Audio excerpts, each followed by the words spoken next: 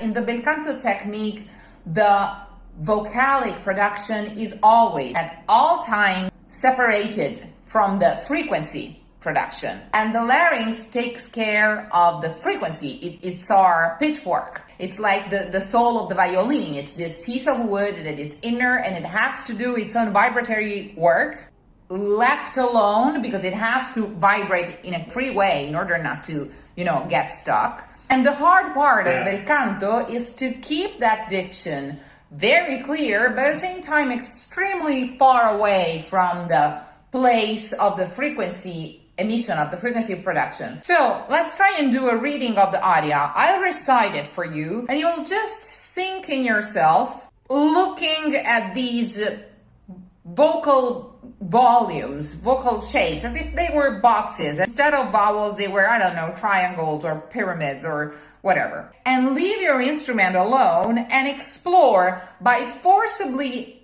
I want to say, although it's a contradiction, forcibly softening and forcibly leaving yourself completely inert, as if you had had an anesthesia from a dentist, as if you were drowsy in a way, as if you had taken a sleeping pill and you were trying to stay awake against your will. So keep it very loose, very drowsy. I'll recite the aria for you and you repeat, but in this very drowsy and yet focused state. So una furtiva lagrima negli occhi suoi spunta. And see, feel, explore, witness what the path of least resistance of your instrument is to get to the result, because the focus is to stay as soft and as careful around the larynx, because the larynx has to vibrate, and whatever touches it stops it, messes it up. If you open too much, if you are too abrupt in the making of vowels. So just stay focused and soft, and in this drowsy, physically drowsy state, try to listen and repeat in your mind as clearly as possible whatever I say. And see how the instrument spontaneously adjusts to these linguistic requests. Spontaneously, literally like when you speak. When you're speaking in your daily life, you don't mind what your mouth does, your tongue does. You just mind what you're saying and what you're saying in the clearest way. And especially say that you are talking to someone in your house while you're brushing your teeth, especially if you are somewhat impeded in your mouth enunciation, you enunciate even more clearly to be understood. Or something. Very soft and very careful around your emission instrument. Okay, and sometimes check in with a little bit of a snore that you are in a perfectly neutral position, which is typically that of a standard schwa vowel, okay, because this never changes. Soft, really lousy, not too deep, but really, as if you were about to fall asleep. From this neutral position, you can clearly articulate with your mind whatever you want. So find this extreme concentration, screenshot tactilely from the inside this feeling of absolute nothingness, of absolute ease, like absolute ease and nothingness. And if you keep it, and if you make a priority for yourself to keep the ease, to keep the wellness, to keep the softness, your entire body will react with the correct, complete support. Try and recite after me. It really depends on your ear. When your ear hears something that is suddenly too loud, the reaction will be of fear, of closing, and your larynx will stop vibrating. So what we want to do is never to scare off our hearing. If we go for the hearing, it's a trauma that will affect the vibration of the larynx. So never blind your ears like it's like overexposing a picture. You go and your larynx goes. So this is what the coverage is about. You keep always at all times concealed this process. because if you go si ma, your ear has a very abrupt pressure difference and a very abrupt volume difference that provides an uncontrollable reaction of shutting down. Wow. That's the cocoon that the coverage of Belcanto prevents from happening.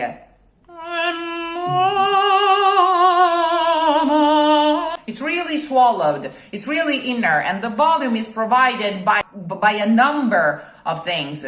But if you free it, it's like for an F1 pilot to put the engine on the passenger seat and hear it roar in their ears. Whoa, you cannot drive in those conditions. You will just your ear will be scared away. So in order to protect your ear, which is your control instrument, it's like driving and being you know, blinded by, exactly so. So you want to protect your control instrument at all times.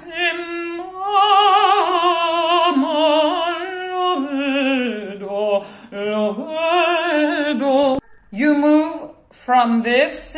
This means you're very focused and listening in the right place. So whenever you move from this to this, your ear, the orientation of your ear changes, and you have very different harmonics, and you are much facilitated if you tend to keep this position. It helps the coverage. It prevents you from pressing on your larynx in this way. It keeps it free.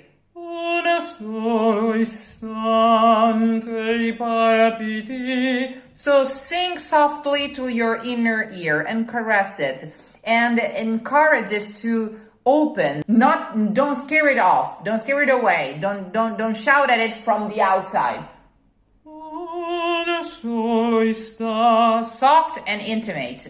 And this would be valid if you were singing Manrico as well. Even more. Okay?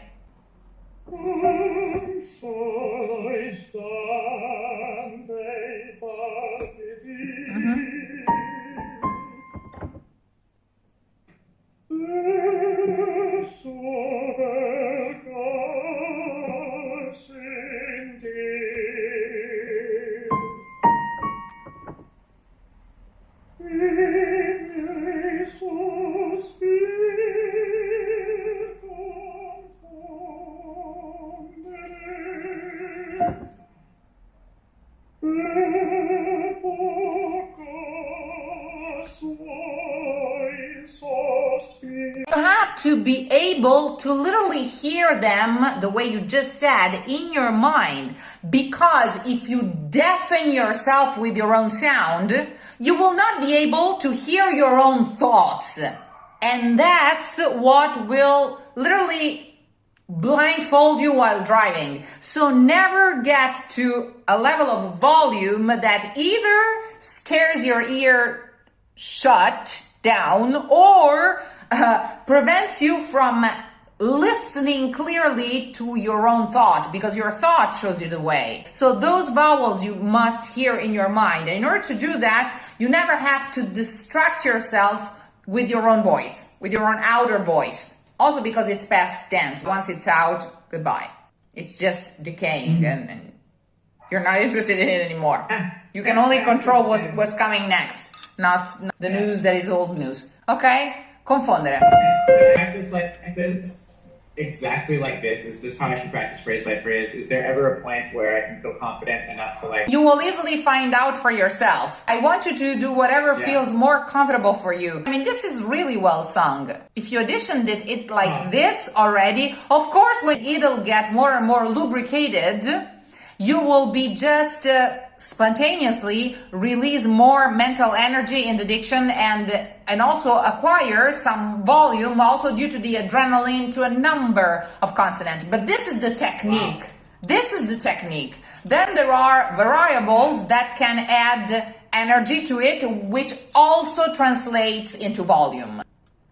And it's the adrenaline, it's the energy of being at that point secure of what you're doing, so being more fluid in all of your gestures, the linguistic gestures and so on. So I can find security in producing a small sound. Like from what I'm perceiving, it feels like it's a small sound. It is a nuclear sound, but a nuclear sound can blow the planet up. It is a nuclear sound. It is a soft sound. And you hear what you're supposed to hear. I promise, if you were on the stage of a theater, they would be hearing you at this volume from the last balcony. I promise. Oh, cool. That's awesome. I'm so grateful to be for it. Come on, let's finish it. Make it feel good for you. I promise it's not a small sound. It's a nuclear sound and it's correct. And you need that nuclear sound to be sure of what you're doing. Because if it's too loud, you cannot really know what you're doing. This you can control. And then at the right time, with practice and at the right moment when it'll be necessary, you will just have more general energy. That will also have the necessary volume. But this is absolutely the spirit of the aria. This is really well sung. And swallowing it and thinking of it as like an egg yolk. The vowels. Well, the egg yolk is just an image, not to be placed anywhere, but always make sure that none of your vowels protrudes or pierces a very fluid and delicate imaginary space. Like the egg yolk is, because if you pierce it, it goes, okay. Never an E that is to E or an A that is to A. No edges. But it's not placed anywhere. And just lose. Think correctly and loosen up. Okay.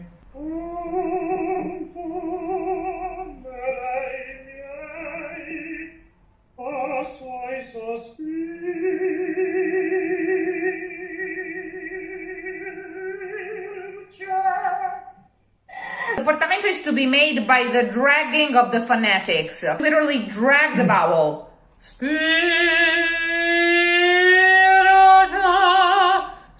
Drag and morph. Spirata.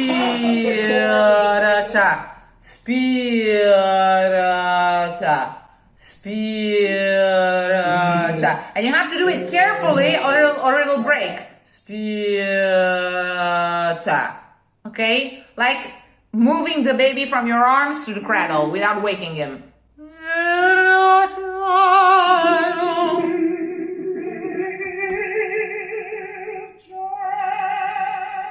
I opened, I think, for the chat. How do I do that? It was good. It was alright, but you could have done less outside and keep the energy of the vowel mentally.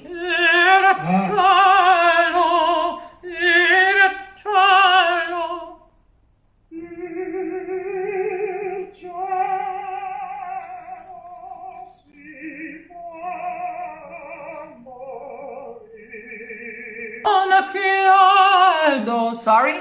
Non chiaro. Non chiaro. Is it the A for that? Yeah, like it feels like an A, behaves like an A. Non chiaro. Chiedo. Di più non chiedo, di più non chiedo.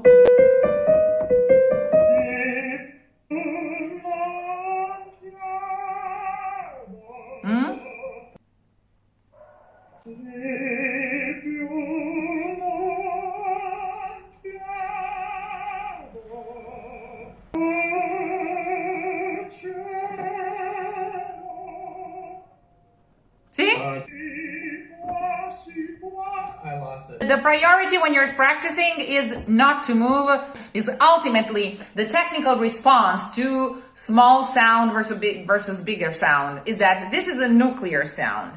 But if you give yourself the priority not to move, this will cause a deeper appoggio. This will move the lever of the weight of your voice from your throat.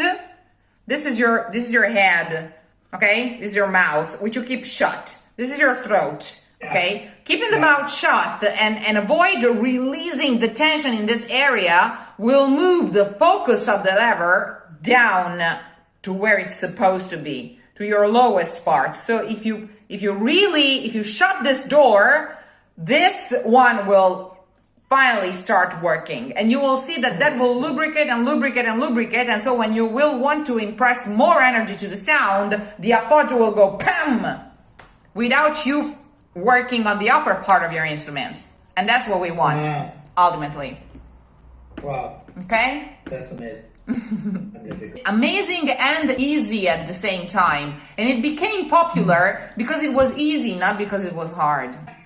Dude, yeah, like, why can't it be easy? I want it to be easy. Was that not enough of it? It was fantastic. It was fantastic. It was fantastic.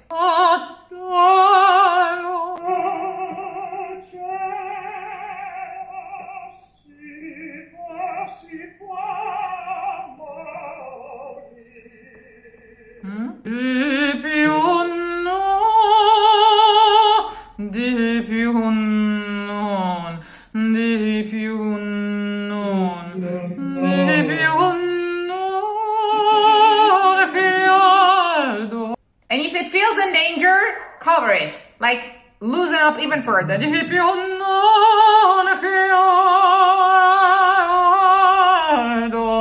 Chiedo. It's in here, not here. The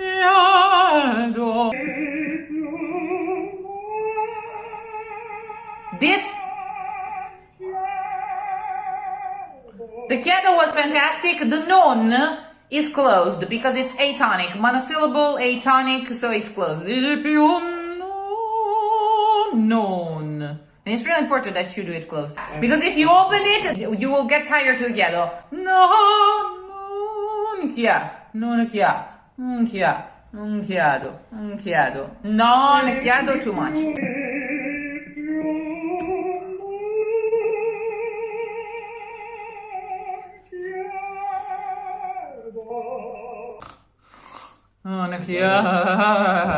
Screenshot yourself asleep.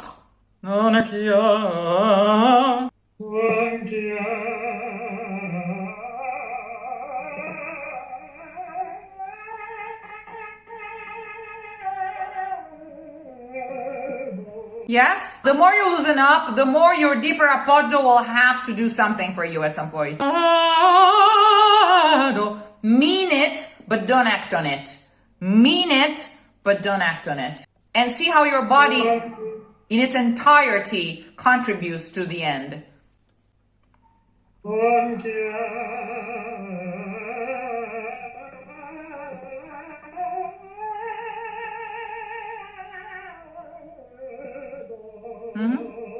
Even better, really try not to shape it with or in your mouth at all.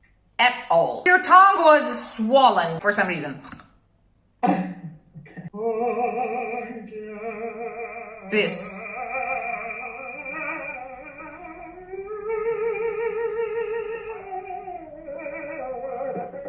Bravissimo. Bravissimo. All good. Keep the diction.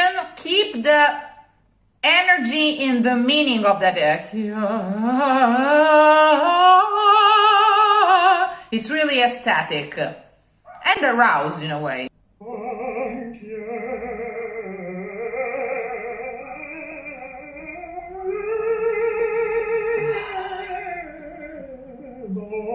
Oh, goosebumps. Yeah.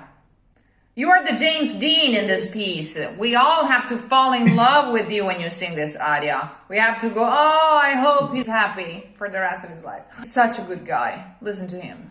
No, really. Yes. The Donizetti characters are the typical Italian bello and nasty. In all Italian movies from the 50s, from the you all have this typical Mastroianni characters that they're kind of lazy, but they're at the same time they're too cute, and you cannot help but loving them.